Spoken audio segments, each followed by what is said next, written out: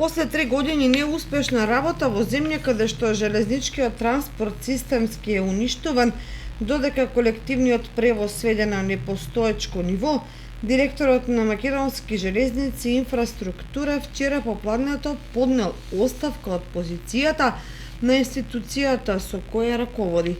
Мија пренесе дека оставката Локвенец ја поднел поради лични причини, а не поради своја неуспешна работа. Лошите резултати и секојдневното каснење и ресипување на возовите.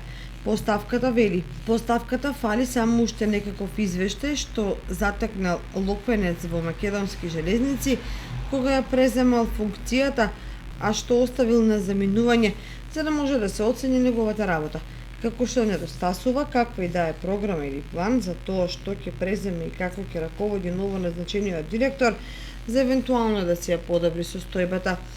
Ако се погнат инсертите што денеска ги направивме на железничката станица и во пругата во Кочани, ќе стане јасно како се работело во Македонски железници во изминатите 3 и повеќе години.